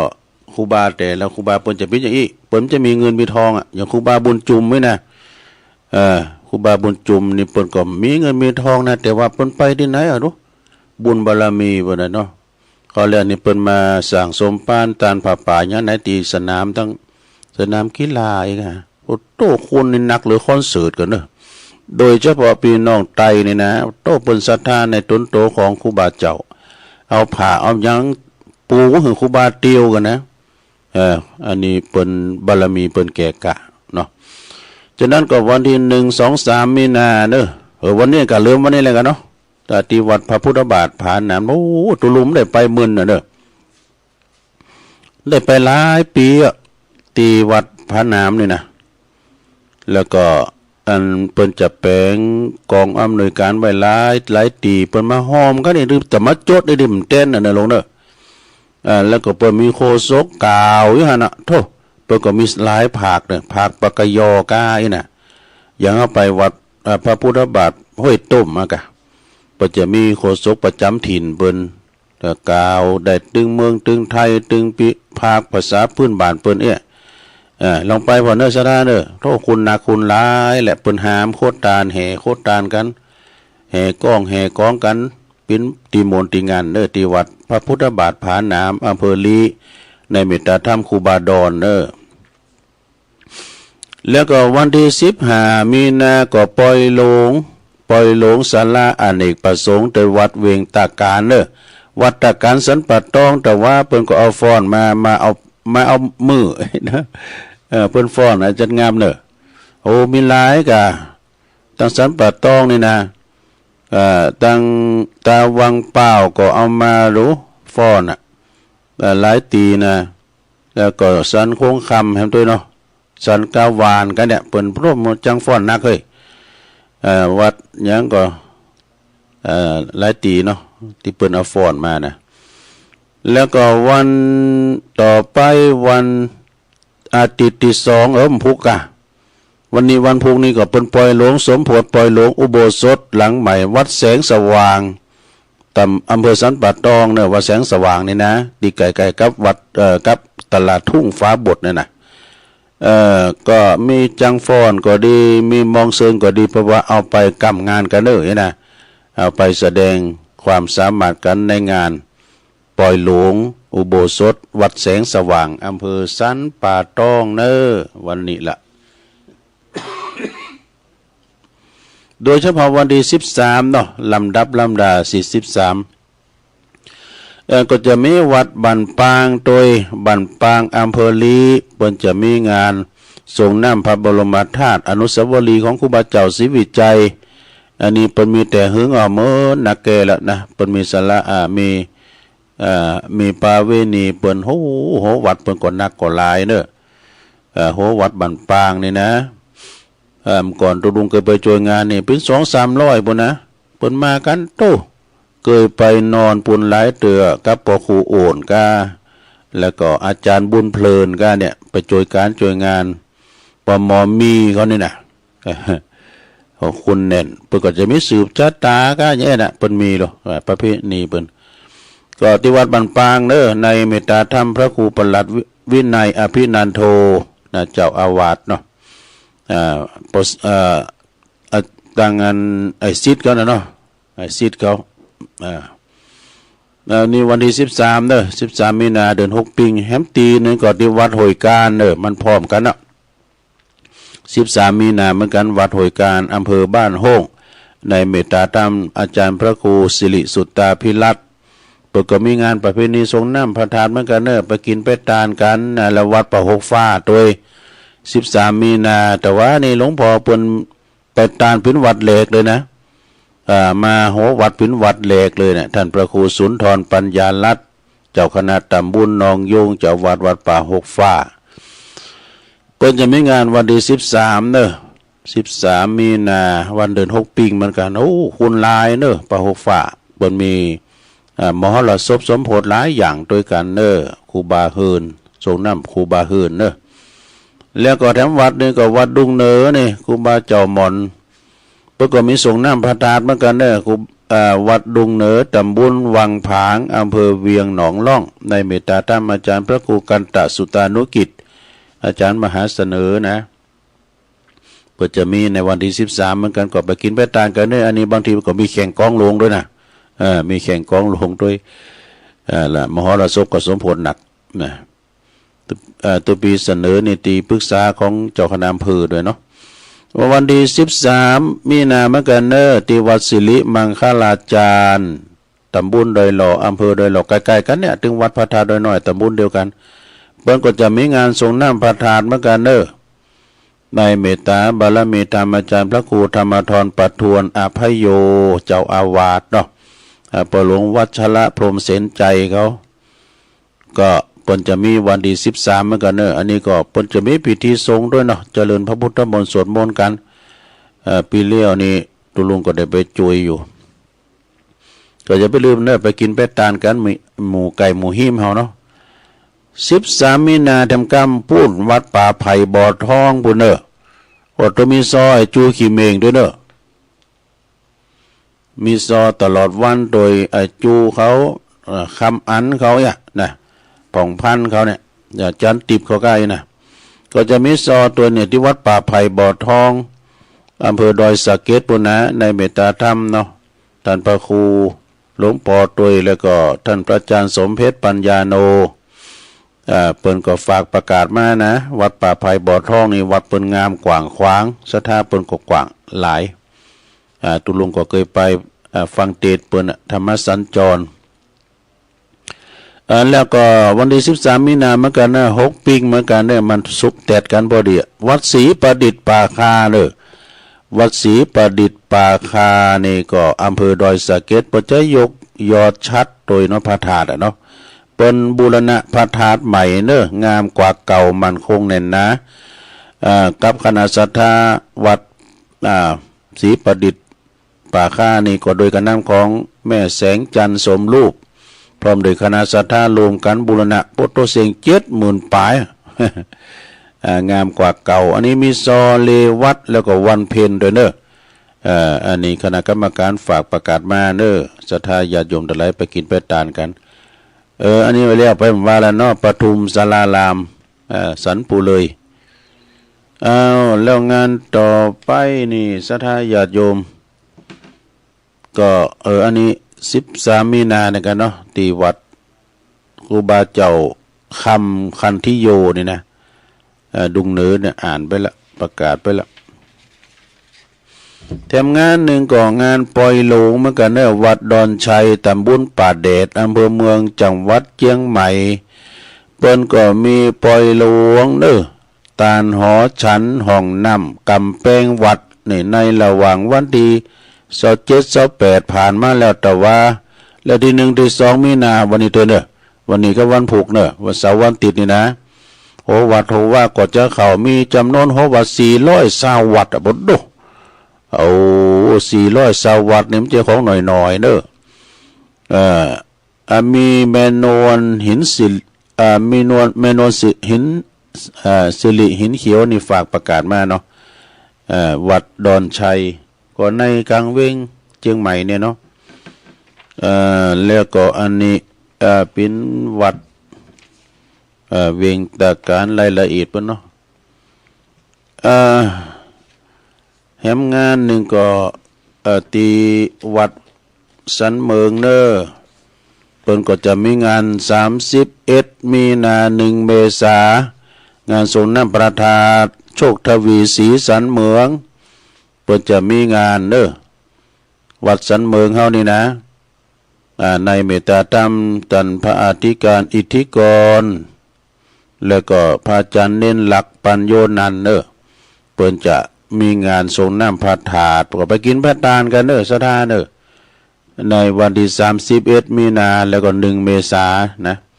ที่วัดสันเมืองเนาะแล้วก็23มีนาคมนี่ก็งานเจริญพระพุทธมนต์สืบจัตตาโลงงานสมโภชทำบุญฉลองสมโภชสมณศักดิ์เด้อผัดหยดพระครูสัญญาบัตรเจ้าวัดวัดราชชันโทเปิ้นทำบุญอายุครบ60ปีตัวเปิ้นรอ60ปีความจริงเปิ้นได้พระครูมื่นแล้วนะแล้วเปิ้นรออายุบน60ปีพรรษา28ในเมตตาธรรมพระครูธีรกิจจาธิคุณอดิเรกอธิปัญโยเจ้าอาวาสวัดปากล่องเด้อในวันที่23เด้อ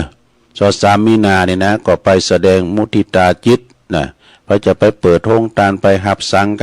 านี่ก็ติดต่อสอบถามได้เด้อวันที่23มีนาเวลา9:30ก็เปิดจะมีสืบจัตตาหลงตึงวัดตึงบ้านตึงศรัทธาญาติโยมหมดนะงานนี้เปิ้นก็จัดให้มีซอของไอ้จูขี้เมงทำแล้ว ไอ้จูขี้เมงจะมาซอแล้วก็จะมีมวยตัวเมื่อคืนนะมีย้อนยุคโอมิวสิกตัวนะที่วัดปากล่องเนี่ยทำงานในงานนี้ปุ่นเมืองลี่ปุ่นนี่นะวัดพระธาตุดอยขุมเงินตำบลนาทรายอำเภอลีปุ่นจะมีงานเจริญพระพุทธมนต์แล้วก็งานทรงน้ำพระธาตุเจ้าตันใจแล้วก็พระเจ้าหล่อพระเจ้าจักรพรรดิเปิดโลกโดยเนอะในวันที่9มีนาเนอะเวลา9:30เป็นต้นไป ก็ไปรวมกินรวมทานกันเนาะจ้าแล้วก็อันนี้ฝากประชาสัมพันธ์โดยทางวัดไซมูลโดยการนำของเมตตาบารมีธรรมอาจารย์ท่านพระครูสังวรศิลาภิลักษ์เจ้าอาวาสวัดไซมูลพร้อมด้วยคณะสงฆ์ตำบลแม่กาอำเภอสันป่าตองจังหวัดเชียงใหม่องค์การบริหารส่วนตำบลแม่กาชมรมกำนันผู้ใหญ่บ้านชมรมผู้สูงอายุกลุ่มสตรีแม่บ้านกลุ่มหนุ่มสาววัฒนธรรมตำบลแม่กาแล้วก็กลุ่มอาสาเลิศพันธ์สะพานบุญศรีพลอยประดับยนต์นะรวมกับพุทธศาสนิกชนทุกหมู่เหล่านะได้รวมกันจัดงานเตดมหาจาร์พระเวสสันดร13การขึ้นเด้อโดยเตดแบบภาคกลางเด้อสถามี3ธรรมาสด้วยนะโดยได้นิมนต์ท่านพระอาจารย์ราชันอริโยวัดกวางทองจังหวัดพิษณุโลกเนอะพร้อมกันนี่ก็พร้อมกับทีมงานนะทีมงานเปิ้นจะห้องขวัญแหล่ขวัญแล้วก็อันนี้เป็นอันเปิ้นจะมีตัวแสดงของพระเวสสันดรพระไข่หันพระเวสสันดรก็ไปเนอะนางบัตทีแล้วก็กันหาชาลีแล้วก็พราหมณ์จุโจกด้วย พอตัวละครเนอะเปิ้นจะมีประกอบการตีด้วยพร้อมกันนี้ก็จะมีนักแหล่ระดับประเทศเนี่ยคุณทศพลหิมพานต์นี่เจ้าของเสียงเพลงทำบุญกันบ้างแล้วก็ปลุกแม่ครัวอันนี้น้องผักบุ้งด้วยเนอะขวัญใจนักแหล่เด็กๆแล้วก็รวมทั้งในงานนี้ก็กำหนดขึ้นนะวันที่16นะมีนานะ16มีนา68นี่นะเวลา9:00จนถึง5:00แรง9:00เช้าถึง5:00แรงเด้อพักตอนฉันเพลแล้วก็กินข้าวไผจะเอาหงตาลไปเปิดก็ไปเปิดเด้อไผจะไปหับกันเตียกันทำรวมกันนี่ก็ไปโอวัดทรายมูลนี่กว้างขวางห่มเย็นเนอะเปิ้นปูตัวนอนหมดอะในเมตตาธรรมอาจารย์พระครูสังวรศิลาภิลักษ์เปิ้นก็มาเทศนำเทศธรรมให้เฮาฟังโลพระจะไปรวมทำบุญก่อเจิญเนี่ยวัตถุประสงค์ของเปิ้นนี่เปิ้นก็จะเผยแผ่พระพุทธศาสนาฮอดโดยแล้วก็วัฒนธรรมอันดีงามแก่พุทธศาสนิกชนตลอดถึงเด็กและเยาวชนทั่วไปแล้วก็เพื่อนำปัจจัยสร้างหอระฆังของวัดไซมูลโดยแล้วก็ซื้อข้าวปลาอาหารแห้งแก่ผู้ด้อยโอกาสโดยผู้ป่วยติดเตียงโดยทั้งจังหวัดเชียงใหม่และลำพูนเนี่ยฉะนั้นจะโยมทั้งหลายเนอะไปฟังธรรมไป ไปตีเดียวได้ถึง13กันได้หันพระเวสสันดรด้วยนี่ได้หันปู่พามจุจกไปไปเนอะตีวัดทรายมูลเนอะแต่ว่าก็ปะเปิ้นไปไหวเปิ้นอยู่ว่าเปิ้นเอาศรัทธามาจัดหลายนะตีมาปล่อยหลวงที่วัดศรีจุมโพธารามเจ้าคณะตำบลแม่กาก็มานะเปิ้นเอาฟ้อนมาโดยนะแล้วก็หลายวัดที่เปิ้นมาเอาละเนาะตอนนี้ตุลุงจะตักตังลายกันเน้อศรัทธาเสียงไข่แหบไข่แห้งไปเนาะโอ้กันมีโต๊ะจวยก่อนนักแก่กันเนี่ยนะวันนี้ก็ยังมีศาสนกิจโดยเมื่อแรงบึดนี่คำบึดนี่จะล่ารายการก่อนเนาะศรัทธาเนาะไปไกลปีกมาเต้นนี่นะเดี๋ยวกันเน้อโอ้อันนี้สายเบอร์อันนี้กำลังเข้าก็มีเอากำลังเปิดนี่กำลังเข้าวัดพรหมมงคลท่าล้อกลุ่มขึ้นสีขาว149โยมนวลนิชาวาชาติฟังอยู่เน้อนี่นะไม่หลงสายฝนจันกุณนะเน้อพี่น้องน้องผ่าขาวเน้อป่าเป้านอกกะป่าเป้าไหนเนาะโยมนวลนิดนี่นะวันนั้นเพิ่งก็มาแล้วก็โยมจากดอยน้อยพัฒนาหนองหานสันทรายก็ฟังอยู่เมตตาธรรมพระครูสมุวิศวัตเนอร์ไวสาแลมอนิยมสวาลักษ์เป็นอยู่ปุ้นแม่ทะลกต่างเงินเมืองฝางชัยปราการเนาะฟังอยู่ยงยุทธมณีวันนี่ก็ฟังจากบ่อเหี้ยวลำปางนิกรชายน้อยฟังอยู่นะครับไหวสาครับตุลุงโอ้ยินดีเนอะนิกรชายน้อยก็อยู่หนองล่องโอ้ลุงเลินพรหมมาแบนนี่ปมอตอกสินเนอะนันดิบ บุญส่งจากลำปางนะไหวสานะครับเนอะแล้วก็แม่เดินเพนทิมวางจากน้องหานนำบ่อหลงฟังอยู่แม่ลงปัญญาจากตาหล่อตาโจกแม่แดงอัมพรจังฟอนจากพุทธนิมิตนะแต่นดอกไม้บุดไปฟ้อนอยู่ก้าปุ่นศพเตี้ยแล้วก็อันนี้โยมยุพินหอมมาลาปินน้อยฟังจากแม่โยกเนอชัดเจนดีไฟเห็นโอ้อันนี้ฟังตึงว่าเนิ่มโทมได้อันนี้สุทันหรือว่าลื่อโลงเนอพี่ไอ้ใต้หัวฟังอยู่เนาะบุดเกิดรถมันเต้นแล้วก็ท่านพระครูสุจินธรรมานุวัตรปีวิชาสุจินโนเนอไหวสานะครับเริ่มว่ากปะกันได้อู่กันดีจะวัดปัตตานเนาะแม่ครูธัญญากศนจากเชียงใหม่อันนี้โยมกนกพิษชัยนาจากล้านนาพันปุ้นเมืองฝางหอยงูในเนอก็ฟังอยู่แม่จันเลื่อนใสตื่นมาต้องมาตี3แล้วเจ้าอดโตตื่นเจ้าได้ แม่จันเลื่อนใสจากบ้านตาการแม่ศิรินทิบุญเลิศดูอันนี้ก็การตักตังลายสำเร็จก็ตักเสียงพองการลำไปพองการตาลายพองการเนี่ยขอสุมาเนาะจบการตักตังลายตอนนี้ก็จะแบ่งปันเวลาศรัทธาญาติโยมตังหลายตีฟังกันอยู่ก็เช็คคืนเช็คสายเช็คสัญญาณแจ้งผลการหับฟังเนาะก็โทรมากำลังอกกำลังใจก็ดีแจ้งผลการรับฟังก็ดีก็ลองโทรกันมาก็089-955-6506สายแหลกนี่เข้ามาตั้งใดจะเจริญปอน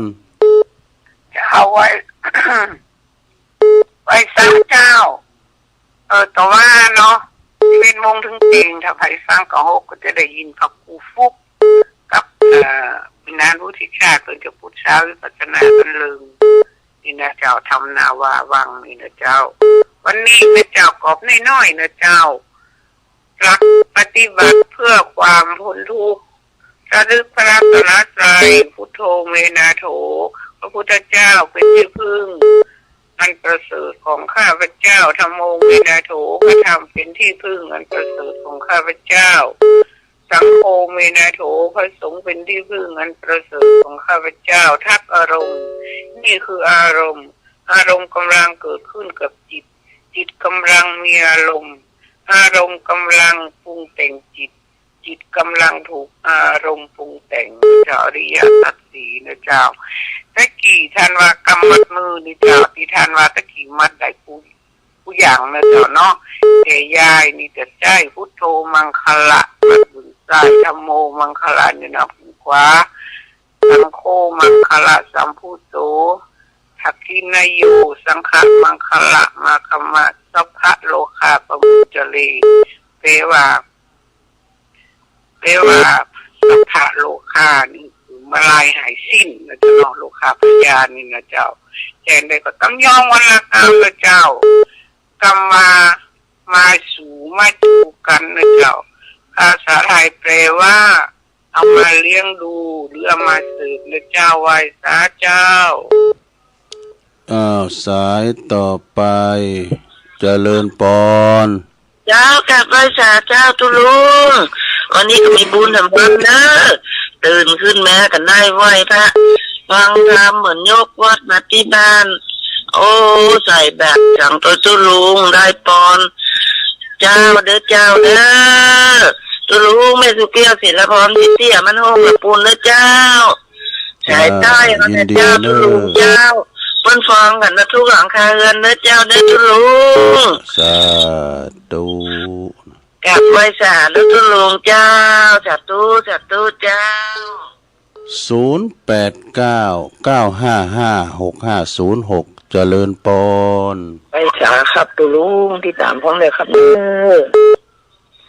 อย่างชัดเจนแล้วครับปนนั้นประเสริฐเนาะครับผมอยู่ตลอดครับเสียงใจยังชัดเจนครับเนาะชัดเจนเนาะบนนั้นเนาะยินดีเลยที่เขาฟังสีคำวิดีโอครับอันตุลุงครับสีคำเป็นว่าคำสอนพระพุทธเจ้าต้องฟังอยู่ตลอดครับบ่มีไกลเลยครับโยกอิ่มใจดีเนาะจะได้ลงแรงที่เขาคุณบนนั้นหลายๆเด้อกำลังใจตรงนะครับในตรงใจดีมีสุขต่อไปครับเป็นโพลมใจกิลุกเจริญพอต่อยของคุณฮัตตาฟาบีนะครับในสาธุครับพี่น้องบ้านไกลเจริญปรเจ้าตุลุงแม่พังอยู่เนอะจากลำปางบ้านไร่น้อยไม่น้อยเจ้าโอ้ลำปางมาแล้วเขลางนครเจ้าพังตั้งแต่เจ้าแม่สามโมงก็จะตุลุงฟังไปเนาะขอบคุณแม่น้อยเด้อเจ้าสาธุเจ้าก็เดี๋ยวก็ฟังต่อเนาะท่านมหานิคมเสียงธรรมจากวัดจันทร์รออยู่แล้วเจริญปรกราบไหว้สาเจ้าตะลุงแม่สีทรบ้านแม่ของนี่เนาะเจ้าแต่ว่าบ้านแม่ของก็ไปตานกันจะลายเด้อเจ้าเป็นโหวัดไปนี่เป็นเรื่องสกรรมประกาศจวนเหมือนกันละไปพี่ยังเจ้ายินดีเนอะเจ้าไหว้สาตุแม่ของเจริญปรการเจ้านี่ไม่ได้แลหนองแฝกเนอะน้องแฝกเนาะเจ้าก็เจ้าก็โทษแต่มันบัดจิตทุกคนจะเชื่อเจ้าครับเพิ่งเชื่อเลยเจ้าชัดเจนดีเนาะเจ้าชัดเจนดีเจ้าหลายเนอะเจ้าขอบพระคุณเป็นอย่างสูงเรียกหมดเนี่ยดีเจ้าขอบคุณบุญมาอยู่เนอะแต่เดี๋ยวนี้ถือว่าบุญละได้โทรหาท่านสาธุสาธุรุ่นดอยสักเก็ตเนาะเอาเจริญปรถามไหมเอาถามตุลุงมีตังได้เราม่วนอันนี้ตังได้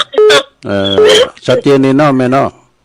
เจ้าชัดเจนดีเจ้าจากเมืองเปล่าเจ้าเมืองเปล่าสาธุอันนี้รอตังได้เจริญปรเจ้านักการเจ้าเราอยู่ตั้งใดใช่ไหมลำปางเจ้าลำปางชัดเจนนี่เนาะแม่เนาะฟังบุญญาวาสเนาะฟังบุญญาวาสยินดีนางเด้อลำปาง844นี่เหรอเจริญปร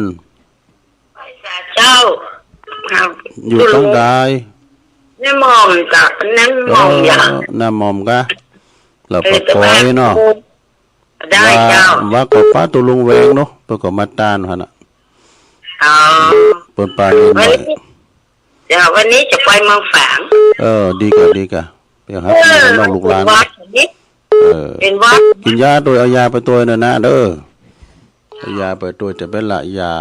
ไปเมืองฝางเดินทางปลอดภัยเด้อเจริญพร หมดเวลาแล้ว โอ้หลวงพ่อมาปิดรายการ เวลาดันเลย2-3 นาทีนะมาตรการครับ ไว้สาครับ โอ้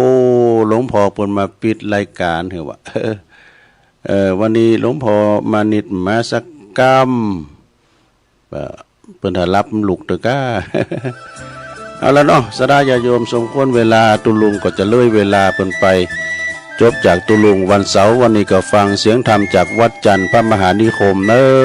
จะได้เข้ารายการต่อไปปุ่นเอาไปปักกันวันจันทร์นะวันจันทร์ปุ่นเนอวันจันทร์แรงบ่าย3ปักกันใหม่แรงบืดนี้คืนเวลาก่อนเนออยู่ดีมีสุขบางการกูก่อกูควรเนอจัตตาโลธรรมาวัฏตันติอายุวันโนสุขังปะลา